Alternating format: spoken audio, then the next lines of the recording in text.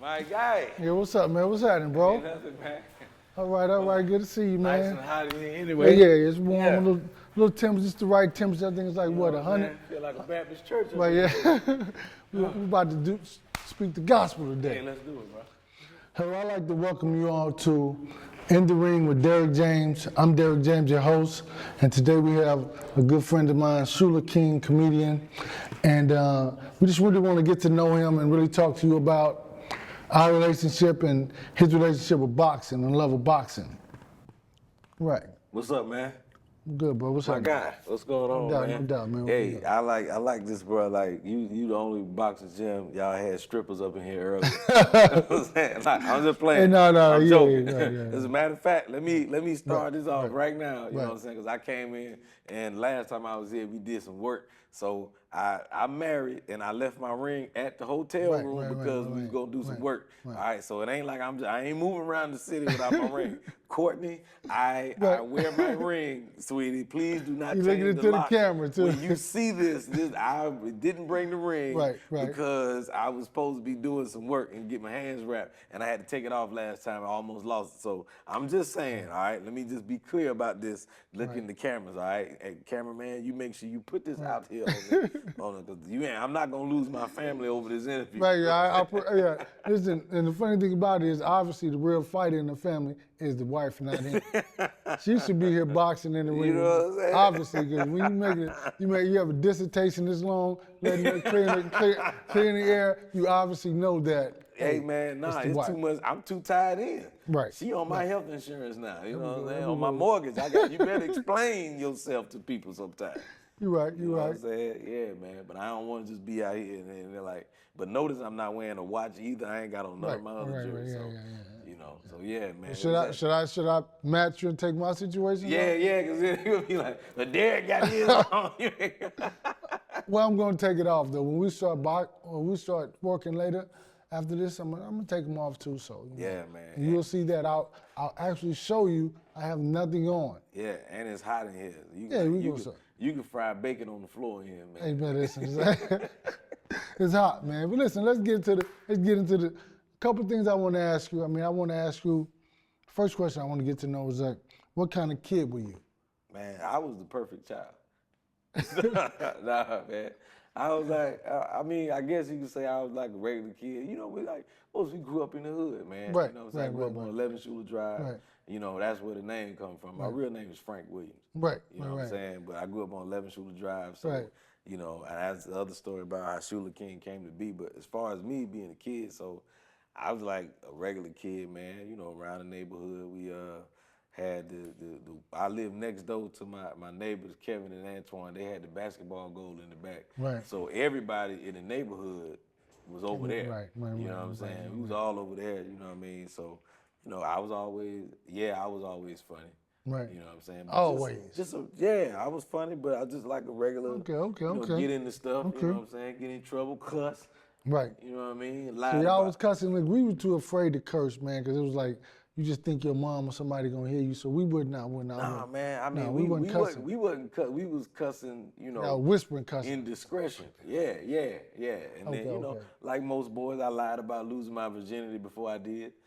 And you talked about that in your neighbor's backyard playing basketball? I mean, nah. I mean, it was certain times you talk about it. I'm like, I'm doing something. I'm dating Tasha. Come on, man. Y'all know what's going on. Ain't seen no part of it. Right, yeah. You know what I mean? You know what time it is. Couldn't pick it out of a lineup. So, you know, now the second question I want to get into, I want to ask you is, what you telling me about you being in the backyard with your buddies hanging out, but what was it that made you say that you wanted to be a comedian?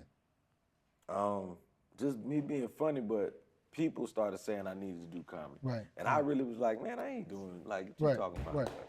I got the cameraman, he's gonna sit down somewhere. Like you need a chair. One right behind you in the corner. Nah, man. But, so people would start telling me, like, man, you need to be a comedian, man. And I was like, man, I ain't. Like, I always end up being the funniest dude in the room. Right. And then I was watching Martin one time, run tell that, and I was like, you know what? I'm gonna do this. You know what I mean? Like, I'm gonna really do it. Right. Give it a shot. And that's how I knew I'm supposed to do it, because when I decided I was going to do it, the opportunity came to me. I was working in a music store, and a guy came in promoting the show, and you know what I mean, I started irritating him, asking him questions, and he was like, "You a comedian or something?" Before I could say no, the girl I was working with was like, "Yeah," and he wrote his number down on the flyer and was like, you know, if you decide you want to do it, come on through. So was that guy? Excuse me, was that guy? Did he become your manager? Or did he play a pivotal part in your the launching of your career? No, that guy was a promoter. His name was Ike. I had never seen him since then. Okay. He did that show. We was at the NCO Club at Shaw Air Force Base in my hometown, Sumter, South Carolina.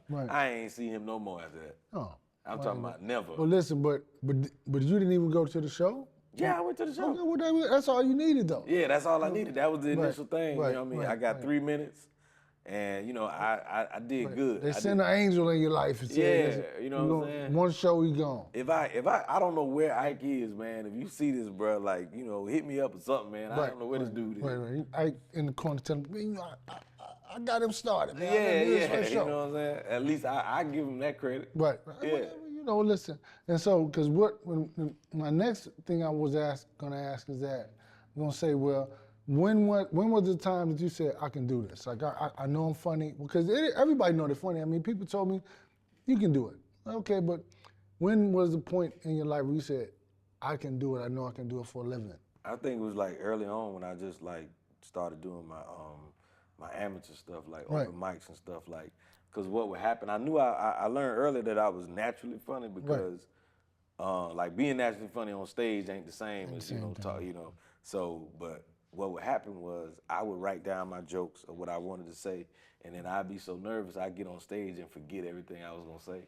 And then would like improv it a little bit and still be funny. Okay. You know what I'm saying? So I was like, oh, I'm good. Like now it don't always work out, but at least you know you got the gift to, you know what I'm saying, to do that. You know what I mean? So that I'm like, oh, this must be what I'm supposed to do, because I'm naturally good at it. Because you know, that's funny, when so many people always ask me to come out and do speeches, right? Yeah. Talk to the kids, motivational. And I love doing it. Yeah. But it's the preparation for it. Yeah. And you want to kind of, you know, the crowd, the kids, you know, you want to be able to reach them, but at the same time, you do understand that, you know, there may be some difficulties, and you're like, I have to adjust because one of the questions I'm gonna ask you is, was there ever a time when you were in front of a crowd that you had to adjust your set to suit the crowd that you're in front of? All the time. As a comedian, they have something, you gotta read the room. Okay. You gotta read, like, you know, a lot of times, like, I know for me, when I was early on in the beginning, I would have to go and look and see who was in the crowd. Right. And then make, like, okay, you know, tweak it. Right. You know what I'm saying? Now, I can do it in real time. Okay. You know what I'm saying? Like once I've been doing it 21 years, so now, your mind turned into a computer, kind of like. I mean, it's like boxing. That's, you know what I'm saying? That's exactly what I was ready to say. You computing everything he's doing. You computing the crowd. Okay, you took the word right out of my mouth. It's just like boxing. It's like, you know, you got your game plan, but you always have to be able to adjust and tweak. Right. And you know what I'm saying? Even early on, like, you know, when it's like, if they laugh a certain way at something, and then you like, oh, okay, if they laughed a certain way at this, let me tweak this one, because I'm gonna say this 5 minutes later, and I'm gonna tweak it a little bit, because you'd be surprised. Sometimes it's just the way you say a word. Right. You know what I mean? Or you take something out, put something in, or put an inflection on the word that makes the joke a lot more funnier. You're right. Yeah. You know, it's just like boxing. Right, just like you throw that, if you throw it at the right angle, you know what I'm saying? Yeah, see, like, so listen, your answers are setting up my questions, right? So this is what I was gonna ask you. Since we are here talking about boxing, we talk about Shuler King, we talking about boxing also. I would say that, what is it, or what was it about boxing that made you fall in love with it? Oh man, I think my earliest memories, and this is gonna sound so cliche, but Ali. All right. I mean, yeah, because my father was a huge fan of Ali. Right. like he had all these VHS tapes and Right. you know what I'm saying, of Muhammad Ali. And he was talking to me about, I remember I was a little boy and he was talking about Muhammad Ali and this, that, and I wasn't getting it. Like it wasn't connected because I was a child. And I was like, okay, like, you know what I mean? This guy named Muhammad Ali fought. Right, right. And I would just see these tapes and then Right. I think one time I got a chance to really like, you know, like see it. And when you really pay attention to his life and, you know, and all of that, and I think it's just the stories of boxers, period. You know, Ali was like just the opening door of me falling in love with all these different stories and all these different things. Because Marvin Hagler is one of my favorite boxers. You know what I mean? I always root for the underdog. Right, he's a real man though. He was always a man's man. Exactly. And the thing is, like, what most people don't say about Ali is everybody's favorite, but Ali was an underdog. Always. Well, no, I don't think he was an underdog. I think he was just a guy who was just so successful that people wanted to see him lose.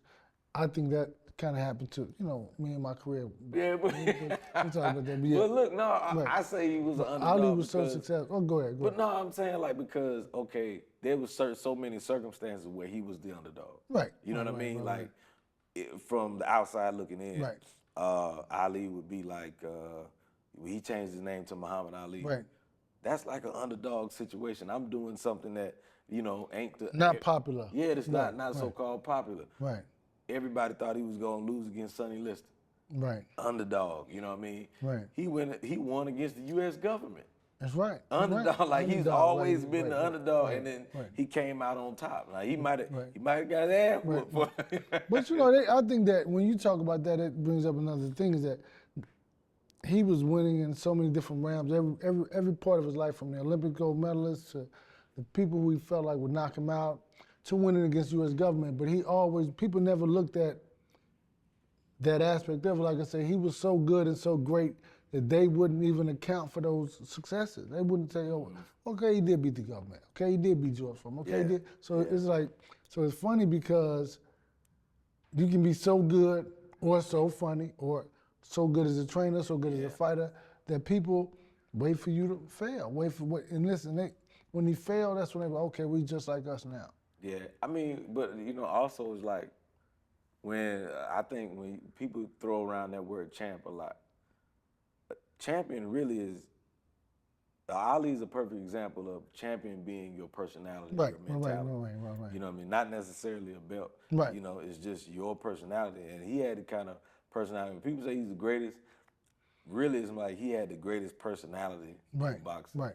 Because he made the people lost with him. Right. Whenever he lost, you felt it. Right. You know what I mean? Yeah. And when he sitting won, crying, you it was felt like, you feel it, right? I mean, even I'm gonna say like this: for what he was for the world, what Ali was for the world, right? It's a fighter still today in America. It's a fighter that's boxing right now.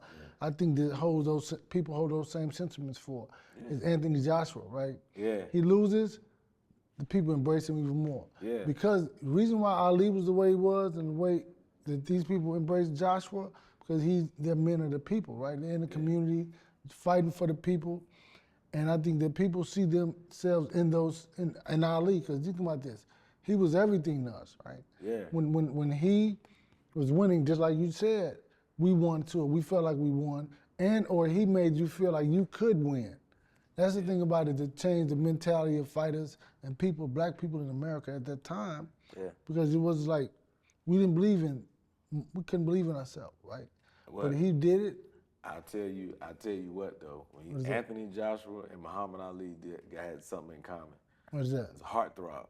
But that's right. Listen, let me tell you something. That's right. I wasn't around when Ali was young and all. But Anthony Joshua, I was like, Anthony Joshua opened up like a whole nother market. Right. Because he got this big, good-looking dude, and he got muscles, and he got a British accent. Right, British accent, right. Man, I was talking to a chick one time, and I was like, I like boxing. I'm watching Anthony Joshua pictures, and I noticed she liked every last one of his pictures. I was like, damn. I know this heifer ain't gonna be like that. Lusting after this dude. You know what I'm saying? You with me, girl? What you doing? So you know what I mean? And women go, they heartbreak when he lose. You know what I'm saying? Right. His loss is a win for, because they see him get knocked out. Anthony hey.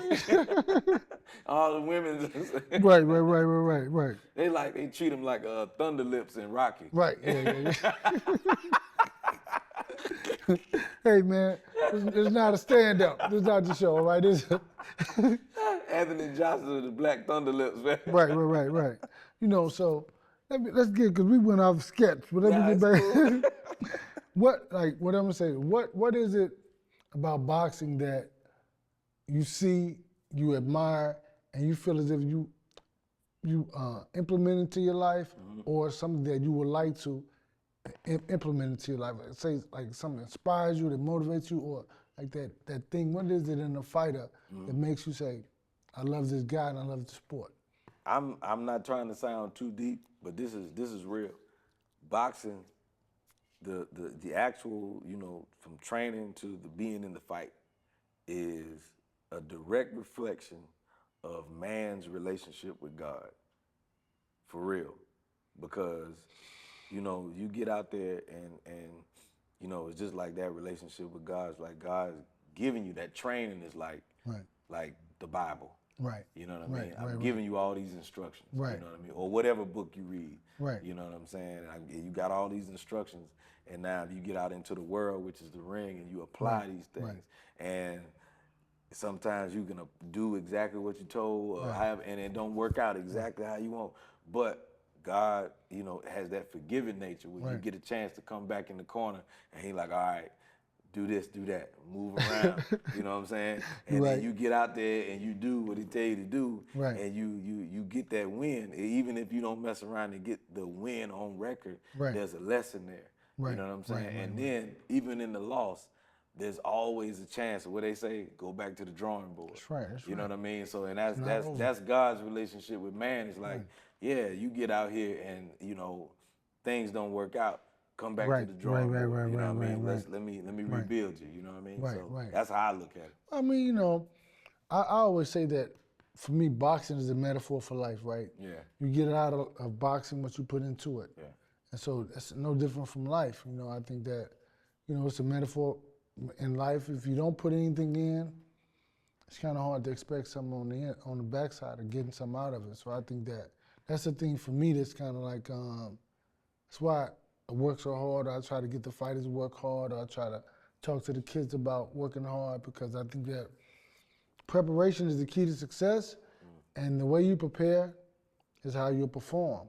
The way you study for a test is how you perform. The way you prepare for your show is how you perform. Because you said sometimes you can get like ad-lib, like, okay, but no, you need to stay on the script. Yeah. Because you got to be able to do what you need to do. But yeah, so that's one of the things that I think that helps the relationship with boxing and life. So I do understand that. Yeah. Another thing I want to ask you is, I know you grew up working in the funeral home, right? Yeah. And so that sounds like a job that would be traumatizing, right? Because I grew up working in the funeral home too. But I'm going to ask you, how was it for you? Like, how was going to work in the funeral home for you? Well, I mean, it was cool because I was, in the beginning when I was a kid, it wasn't. Right. Yeah, it ain't what you want to do because your friends ain't doing it, ain't nobody. But I was voluntold.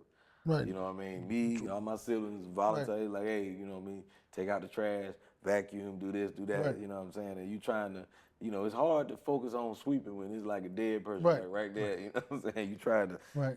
You know what I'm saying? You thinking they moving. You know what I'm saying? Like, so, but nah, it wasn't necessarily traumatizing. It's just when I was young, I didn't know exactly what the legacy was. Then you get older, and you end up with more responsibility and more things, and you end up understanding what the legacy is. And I didn't even decide to really commit myself to it until I started seeing visions of what I wanted it to be in the future. Right. You know what I'm saying? So yeah, I went to Gupton Jones Mortuary College.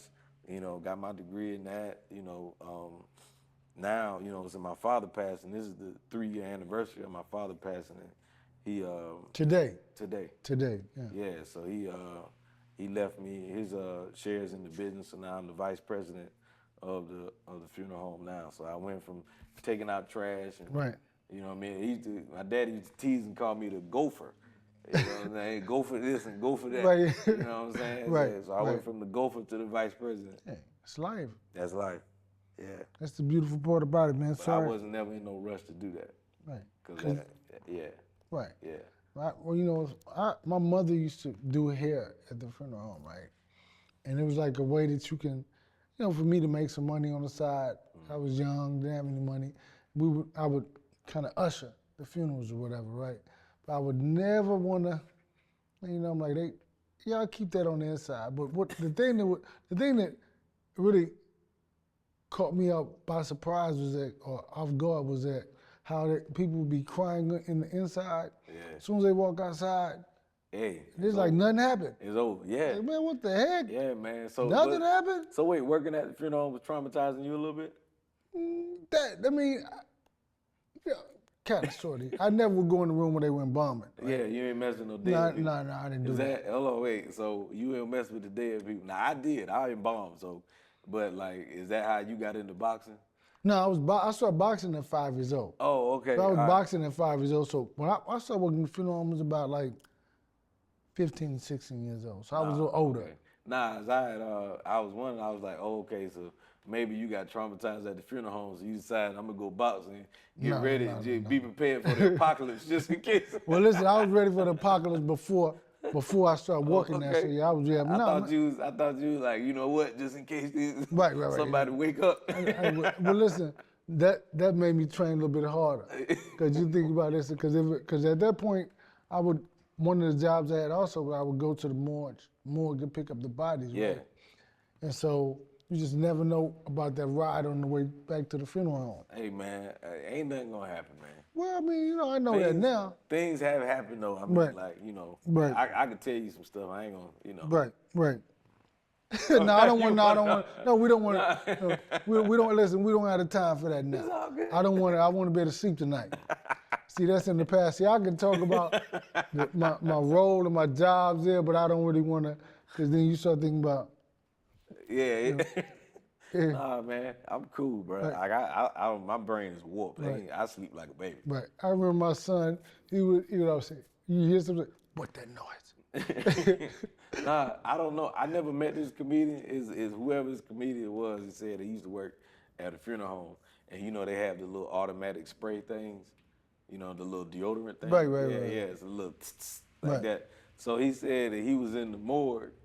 You know, it was just him and about 3-4 dead bodies in the morgue. Right. And all of a sudden, he just kept hearing, psst.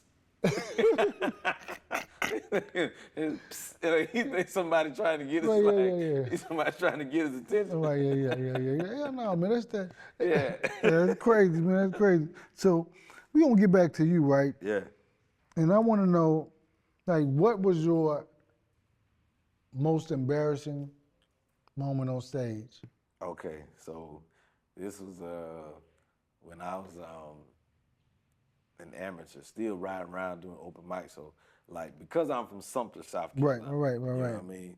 It's not like we don't have a comedy scene. We don't have that. So I would have to drive everywhere. You know what I mean? Charlotte, New York, just anywhere I drive everywhere. So this particular time, I'm driving to Atlanta. I called my cousin Adrian, who was working. She was at school at Emory at the time. I was like, man, I want to come down there and do open mic. You down there in Atlanta? And he was like, sure, you know, come stay the night, You know, so I drive 4 hours down there. Mind you, I ain't getting paid nothing. Just drive 4 hours down there, you know, and I go to Uptown Comedy Corner. You know what I mean? And this is the legendary club. You know, they used to do open mics on Tuesdays or Thursdays. I remember a comedian named McGriff was hosting. So I get there, you had to write your name down on the list. Now, I'm not used to big city comedy scene. You know what I mean? I didn't know that you could write your name down on the list and still not get called or whatever. So I get there, I'm there super early, you know what I mean? And they didn't have this thing where they boo people. They had this thing where they key, you know, pick their keys up and shake their keys. Shake it, right, yeah. Yeah, so, you know, I get there. So Atlanta. Yeah, very Atlanta, you know what I'm saying? And I don't know nothing about the Atlanta culture, you know what I'm saying? So, at the time. And then, so I was a little cocky because, you know, like I told you, I get on stage and forget what I was going to say, but I still be funny. Right. You know what I'm saying? So I'm like, you know I got this, man, you know what I mean? Whatever. Right. The girl comes to me, the waitress, and was like, do you want anything to drink? I'm like, nah, I'm going on stage tonight. So I don't drink before I go on stage. And, you know what I mean? She was like, okay, you know, it's all good. And, you know, so here come my time to, you know, get on stage. They called me up, and I was cool at first. Like, as soon as I got on stage, somebody tried to roll. They was like, look at your shoes. What did it? I mean, like, just automatically. So I'm going back and forth with the girl. I say something to her, and the crowd, you know, like, oh, you know what I mean? They on my side, and then I tried to go into my set. Right. Next thing you know, all them damn keys came out. They shaking it, and I'm just standing there, whole room, and they just like basically like it's getting booed. Yeah, you know like what Apollo. Yeah. And then I had to go. We didn't leave. I had to go and walk through the crowd of people who just got through doing this, booing me and stuff. And I sat down, and the waitress was at the table. When I got back, she was like, "You want that drink now?" I like, yeah, give me two Right. That's funny, man. That's really what's funny about it. You think about it is like how even in boxing, I mean, like as a trainer, like you know, in boxing, you always have to kind of like be able to, as they say, adjust. Yeah. And really, in like that's a loss. That was a loss. But Well, I avenged it though. Yeah. Look, you right here, man. You doing your thing. You in Dallas. You doing the show. I think that there's always losses, but at the same time, they make you a loser. No. It's a lesson in that. It's definitely a lesson in that. I came back to the same club and tore the wall down. Right. You don't have a choice because you got to realize, like, hey, these people, man, you remember me? Right. And what none of them people when I came back wasn't nobody. And listen, they forgot about that night. They don't know. Somebody, you remember that night you was in the club and you told trash about that dude? Wasn't none of them people in there. We all shook our keys at him. Hell yeah, wasn't none of them people there. It just traumatized you. Yeah, you know what it wasn't about them. They forgot about it. They're not even in it. Yeah, man. I mean, they were my trauma. Right. I can't wait to get on stage. So I got a question. Somebody told me to ask you, right? Because I asked a couple people some questions. Okay. And they said that, you know, as a comedian, if you could punch anybody in the face and not expect to get punched back, who would it be? Celebrity? I mean, yeah. Uncle Sam. I punch Uncle Sam that damn man. That's the only person doing me wrong right now. Right. Well, you know what? You caught me up. Okay, Uncle Sam. Uncle Sam. No. I mean, honestly, I don't have no personal issue with this person for real. Right. But if I could slap somebody, it'd probably be Trump. And not because I got an issue with him. You know what I mean? Like, because I don't care. But I just want to see if his hair gonna change. You know what I'm saying? Like, 'cause the hair look like hair look like he got hit already. You know what I'm saying? Right. Yeah. Well, it really seems like it's stuck in that same spot. Yeah, it does. I just want to see if his hair gonna move at all. But it's nothing personal. Okay? Right. Don't come after me. Don't send the ICE folks after me. No, they will come now. They will, and I'm from America, but I know they'll send me back to Ghana or something. Right. Hey, somewhere, bro. Yeah. Please don't send me to the Bahamas. Please, if in anything. Right. So, you know, I want to. Last night we talked about, because we talked about, like, we called each other, we talked about a lot of stuff, right? Yeah. But last night we talked about how you got your Tubi deal. Yeah. Or whatever. So, I mean, can you talk? You can talk to that a little bit, because I think that. Yeah, okay, we have a relationship. We may talk about what we want to talk about, but I think that something that you said last night is like, it's not about giving up. It's all about pushing and getting what you want. Really, like, listen, I'm not taking this, I'm going to get what I want. So tell me about that. Yeah, so as far as like with the Tubi deal, how that came up was I had been wanting to do a stand-up special for a minute, like some years, you know what I mean? And it was just a matter of, you know, putting the money to the side and doing it. Right. And, you know, because now we in the age now, everybody, you got to do it yourself. It's like what we doing now. You got to do it yourself. Yeah. So I just said to myself, I was like, you know what? Let me just record it. Let me just do it. Right. You know, even though like I don't have a deal on the table, let me just do it. Because I know that if I create the product, then the opportunity will, you know, it'll start like you sometimes you got to take steps in order to attract what it is that you want. Because sitting still don't, you know what I mean? Don't do nothing at all. So I'm like, all right, I know if I film it and I have that product, then God will present. God will meet me halfway with whatever I do. Right. So let me create it, and that's what I did. We filmed it down there, the Arlington Draft House in D.C. in Arlington, Virginia, and so I sat on it for a little while, and then it hit me. I said, let me call I got a friend named Miles Triplett. He put some movies on Tubi, and I was like, listen, man, how do you do that? Like, and he was like, all right, bro, I can show you. You know what I mean? We can figure it out. Right. And he, started reaching out, basically kind of shopping it. Right. You know what I mean? And when he did that, we was like it was a couple things that was on the table, and I think a few people kind of didn't want it or whatever, but we ultimately ended up, getting a deal with Tribeca. Right. Okay. Tribeca Distribution, and we worked out a good deal, and next thing you know, they said, all right, Tubi said they'll do it.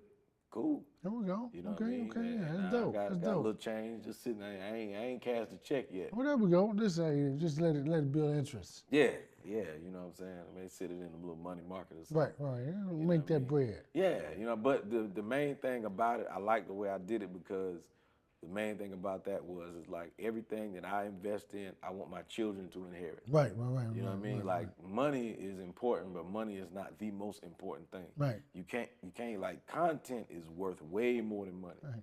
You know what I mean? That's So right. I want my children, you know what I mean, to forever. be able to have that and say, well, this is our father, and it'll be more valuable after I'm gone. Right. So you still have ownership of it also. Exactly. Okay. Exactly. Right. Absolutely. I will never sell nothing. All right. Not that. Leasing it out. Yeah, I'll lease it. I'll license it. Right. Okay. But I'll never just sell it. Okay. Because when you doing business, this is how I think, and you all can take it for whatever y'all want to. Right. When you doing business, there's three things that's gonna happen. Right. One of three things. Either our grandchildren gonna get rich, your grandchildren gonna get rich, or my grandchildren gonna get rich. Right. Now I can do two of the three. Right. I can do our and mine. Right. But we can't just do yours. Right. You're right. So. You're right. Yeah. So now we're done with this. We finished with this part of the interview, right? All right. This is the most exciting point of for me of the interview. So the question is, do you option on taking the boxing workout, which is really not necessarily workout, but more about more intricate technique and skill set, teach you more, or is there a question that you would like to ask me? Or because if you take the boxing, I'm still gonna give you the question anyway. Yeah. So we're gonna do the boxing. Yeah. Oh, we definitely. I mean, that's why you dress the way you dress. Yeah, that's right. You know what I mean? So, but I think that. So, what is the question that you want to ask me? And then we're gonna wrap it up with that. Then we're gonna get busy. Okay. I did want to ask you, like, because it seemed like, y'all was riding a wave for a second. Right. You know what I'm saying? Like y'all was like the death row of boxing. Right. You come over here. You right. Yeah. You know what I mean? You was shook. And it's a multi-part question. Like, so, and then there was this wave, and then it was like when Errol lost to Terrence Crawford. Right. It started. From the outside looking in. Right. It seemed like a domino effect. You know what I'm saying? So how did you deal with the criticism? Because it was coming from a lot of different places. You know, it coming like the same people who were singing your praises. All of a sudden, like, oh, nigga, they. Right. You know what I mean? Right. I mean, I think that's life, man. You know what I'm saying? Like, it didn't bother me because before. What's funny about it is years before, right? And I have like different things I trademark. So I trademarked this one logo, 3 Dreams. And because it's like, it used to piss me off when people talk trash about me or whatever, say stuff, and then, so what I did was, I created this wording, this mantra that I live by. It's like 3 dreams. And you say, what are my 3 dreams? Number 1 is that I'm living my ancestors' unimagined dream, right? So when I'm doing something like that, nothing else you can say can bother me, right? I'm living Martin Luther King dream for me in America. He had a dream. I'm living that dream. At the same time, I'm living all my haters' dreams.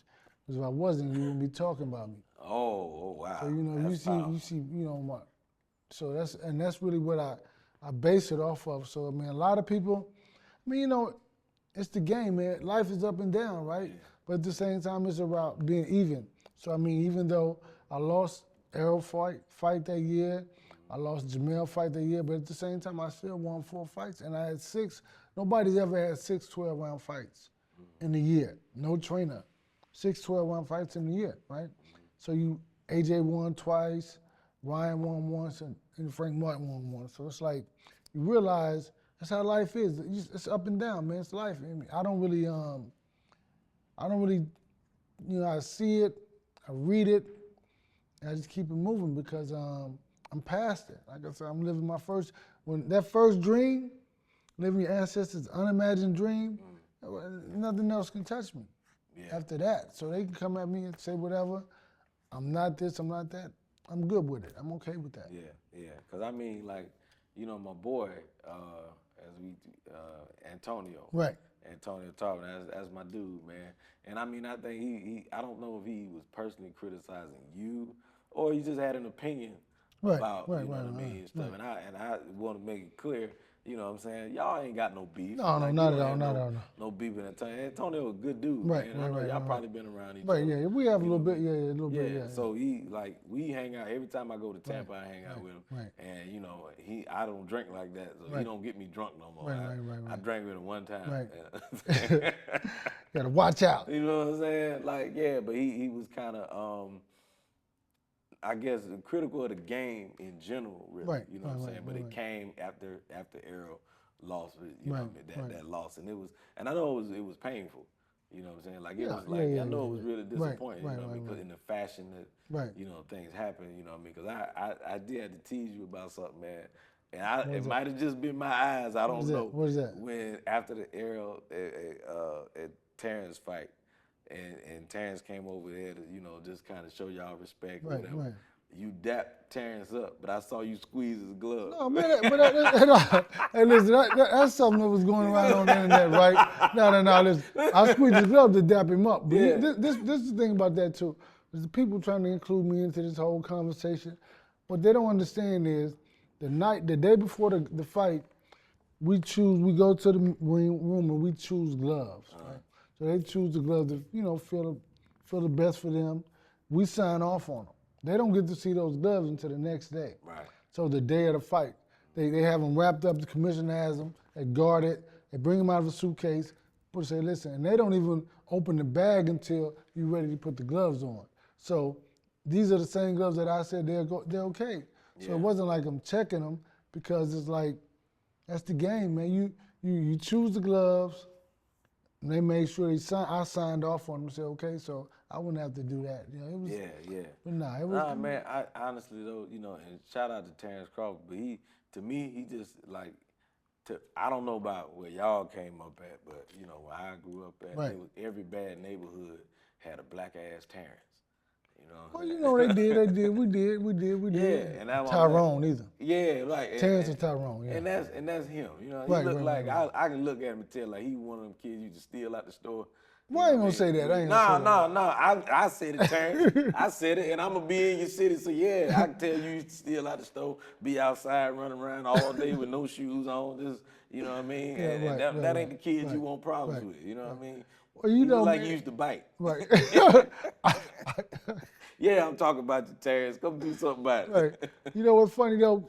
I mean, after the fight, I mean, I've talked to him. I've got to, you know, we've had conversations. I was in Omaha. Yeah. And you know, he's like, man, you in Omaha? Yeah, I'm in Omaha. You know, so I hit him up or whatever because his manager and I are real cool. And so yeah, man, he's a pretty cool cat, man. Because before we kind of met, but it was kind of like, you know, not where we spend time, not where we talk to each other. So in talking to him, I mean, he kind of see where I come from when I say what I say, you know. So it's like, it's the game, man. Listen, and like there's no way for like people really don't understand. Like fans take it to heart. It's not like pro football or whatever. Boxing, there's no way for these fighters to make the money they make and live the lifestyle they live if wasn't for those two guys, right? Yeah. Because it's like, so we're not mad at each other. It's like we're co-workers. Yeah. You know, we're working together to kick each other's butt. Yeah. You know, so it's like, and that's the game though. And I was watching All Access leading up to the fight. Right. I think it was you and Terrence and Bomac had a very black moment. What is that? I can't, like, I don't know, y'all were like crossing paths and it was Oh, well, like, yeah. Y'all was New like, York, that y'all was was in New like, York. what's up? What's up? No, Like, no. it came out of nowhere. Like, you like, what's up? I said, what's up? What's going on? You know what I mean? No. And you had your suit on and you like, boy, you think I'm a punk? I don't know what the hell. You know what I'm saying? But I was like, boy, that was a black moment, boy. Y'all don't know how to act in front of, acting up in front of them good white people. Yeah, this is what you got. See, what you got to think about it. This is what you got to know too. I wasn't. His man was already heckling me. Yeah. His man was like, man, he said something to me. His guy, right? And so I got like away from my team, so it was just me by myself, right? Yeah. So when I'm walking, it's like I'm walking to the venue, and like it's him, and he's right there. Yeah. You know, I guess he was trying to do his thing. You know, You was tight, man. you want to intimidate somebody. Nah, you had brought that energy, cause it seemed like he just ended up on the bad side, cause he was like, hey, what's going on? Like I think he. No, I was like, he said, what's up? I said, what's Yeah, up, but man? see, that's exactly how it started in high school. That's what I'm saying. Well, Y'all look like some 10th graders. Well, what's up then? What's happening? And he was like, but he was literally saying, because I saw it. Like, he was like, what's up? And like, he was speaking. Right. But you was already tight. You was like, Because well, his what's man's up? What's up then? No, what's happening? No, it wasn't like that. And he was like, say no, I'm saying what's going on. He's like, no, what's going on then? I was like, Derrick, calm down. No, you're reading into it the wrong way. Remember, I just told you I was just. I know, His man was like, he said, I don't remember what he said to me, but he said something to me afterwards. I was like, what? Man, what you? And then and then you ran into Terrence. And then, so it was like me turning around like this, and I'm walking, and I see him coming. We coming the same way. Yeah, so see, it was like, you was already, you know what I'm saying? You no, was already man, tight, man. No, well, listen, hey, man, this You know dude what I mean? said something to me. I don't want no problems, brother. You know what I'm saying? Whatever you say happen, man. Yeah, there we go. I just know that, y'all didn't pay attention to none of them people around. They were so scared. No, man, You no, was listen, saying like, man. well, no, what's up? What's happening? No. And then everybody around y'all was just like, oh my gosh. Like, No, man, no. It was really a misunderstanding, obviously. man. Obviously, and you misunderstood. I It was is, like, you spread this out there. brother, I was waiting on, you know how you watch like National Geographic when the camera dropped? Right. You just see people running. I was expecting that to happen. Like the cameraman, like, all right, as soon as something happens, I promise you. All y'all gonna see is the camera just fall to the side. Everybody take off running. No, man, you know what? It wasn't like that, but at the same time, we spent time. I got talked to him, had a real good conversation with him after Ryan fought. But I was in Nebraska before then, and I talked to him. You know, so no, man, Oh yeah, he's a good guy, and I think that everything is perception. So the way you see me from afar, I'm the same way, but at the same time, it's like I'm serious all the time. Yeah. It's like because this is real to me. Yeah. So but no, I mean get off that. No, man. I mean, but I know I know he's a great dude. Right, yeah. You know, so like I could tell, I've never met him. I'd love to meet him, but I know I could tell he's like a great dude. Oh yeah, man, no doubt, man. Yeah, but I know like for me, I've had moments like that. Really? Hell yeah. A comedian walking up there, man. I stole my joke. No, I didn't have, like, my wife would tell you, man. Right. And I'm not no hothead, you know what I'm saying? Right. But if it's like So I somebody. look like a hothead. Is that what you're saying? Nah. See, look at you. See, look. You know what I'm saying? I'm asking the question. Yeah, I'm trying to talk about me. You're like, Go ahead, what's up then? You saying I'm a You see, you using trigger words, on, right? man. You say you're a hothead. I was talking about I me. could be a hothead. So what you trying to say? I'm a hothead trying too. to say. Okay. No, I wasn't saying I'm gonna let you talk. Oh Go my ahead. goodness. I'm gonna let you talk. See? I'm gonna let you talk. Go You know ahead. what I'm saying? Now I feel sorry for Terrence now. Crazy ass Derrick. You feel how you feel. No, man, it wasn't like that. No. Nah. I'm just saying, like, I know, like, I ain't no tough guy or nothing. Right. I mean, I can't be around people that I don't, like, respect. Right. I know that you don't, like, I'm just not, if we not on set, I can't act. Right. Like, I can't, right. I'm just at a point where I just can't do that now. Like, if it's certain people that I don't deal with, I try to separate myself. Right. I got you. I got you. I understand that absolutely. too. I don't. I'm the same way. I know. Right, yeah, I know you don't go out here starting stuff, yeah, man. But you got too much to lose, man. A whole lot. Yeah, exactly. 2 pennies is a lot. I have 2 pesos. So, but I said I was gonna ask you this. All right. You know what I'm saying? I know you and Errol haven't been seen together. You know what I mean? And y'all have y'all's situation. Right. You know what I mean? You think at some point, in the future that y'all probably could, work it out, get together? I'm gonna say it like this: anything is possible, but like right now, I don't know. I mean, we hadn't had a conversation, but I think anything is possible. But at the same time, I think that it's a lot that has been going on in the last 2.5 years also. So I think that, you never know. That's what I'm gonna say. You never know. Yeah, it can get exhausting. Oh yeah, I mean, yeah, you know. Yeah. And I say that because I've had been in legal situations Right. with my own family. Oh, okay. You know what I'm saying? So you know how to fight then. Right. So I know I've been in and we're in a better place now. Right. After that, you know what I'm saying? Right. And the legality part was initiated by me. No, that's mine too. Me too. Yeah, you know what I'm saying? Because I'm like, if you feel, not just if you feel, if you know certain things, and you just like, well, it's just certain things that I'm just not going for. Right. You know what I mean? And sometimes, and I'm not talking about y'all situation, I'm talking about mine. I'm saying like, because I don't want you to get tricked. Oh, yeah, you may say the wrong thing. You know, I'm gonna be standing up on my show, taking, you know what I mean, running off my own set like the hell did. I can't get away from it. I got to run around all this equipment. You know, what I'm and you're gonna run into the ring. You know what I mean? Like, yeah. Nah, but I mean, like when you're not gonna deal with certain things, and you kind of have to. I think when people don't think that you're gonna fight, and you gotta show them, and you hate it because that legal stuff. That's what it is. That's what it is. It's exhausting. Right. It's tiring, man. But but I still would, you know what I'm saying? Because y'all made history together, y'all. Yeah, we did that, and you just never know, man. I mean, I think that you just really never know how things work out. We hadn't had a conversation since we had a phone conversation on the phone, but other than that, I mean, that was like 3 years ago, 2.5 years ago. So I think you never know, but I'm not like I'm saying I'm looking forward to it, but it could happen. Yeah. And last question I'm gonna ask you, I think it's probably like so I trained in here before. Right. I did a little something. Right. What'd you think of my skills? Well, we're gonna Never mind. Don't even worry about it.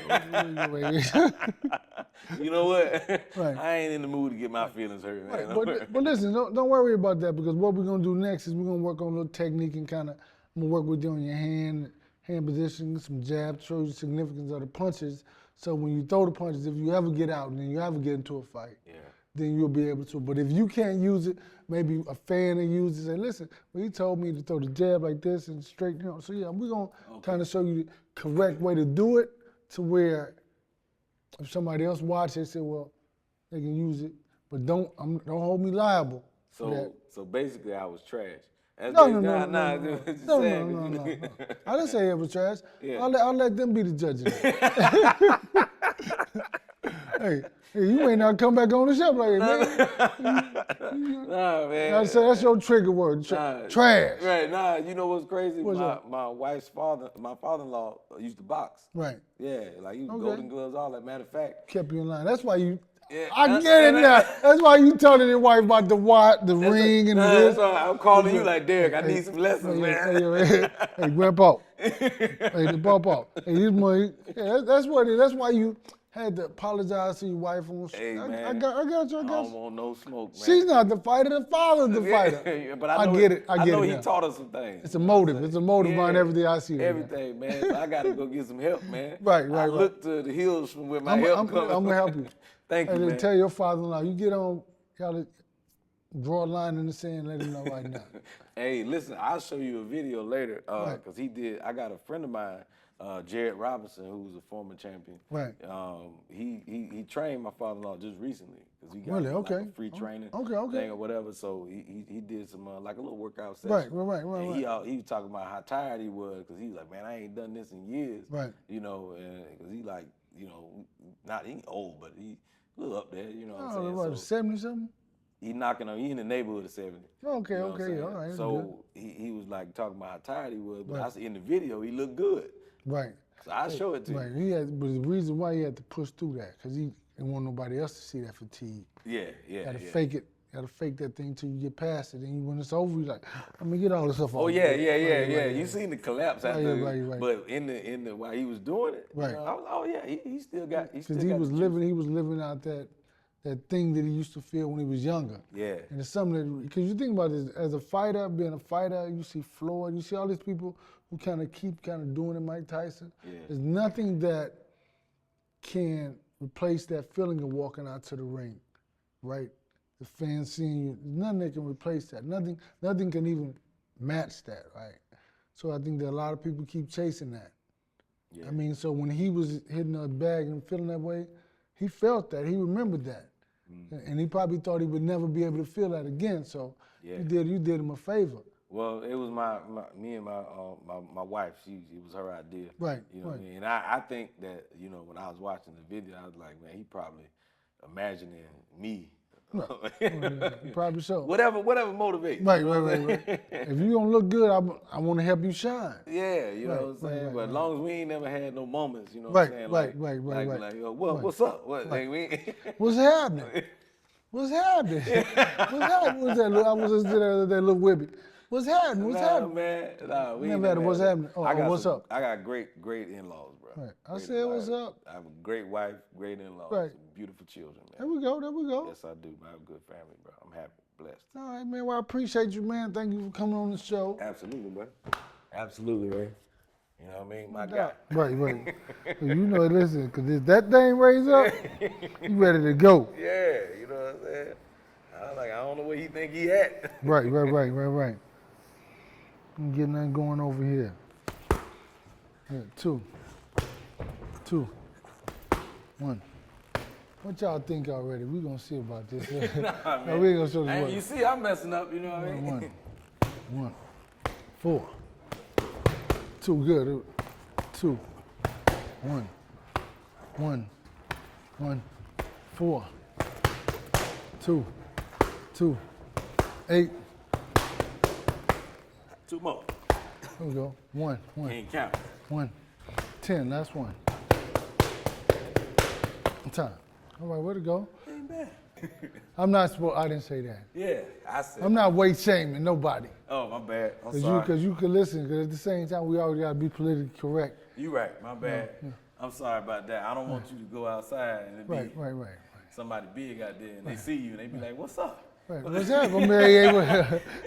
See, world-class boxing. You know, really, we do have rules where you can't do this, you can't do that, you can't say. I mean, really, for real. Yeah. I don't want to get involved. Let's go 1, 2, 4, 2,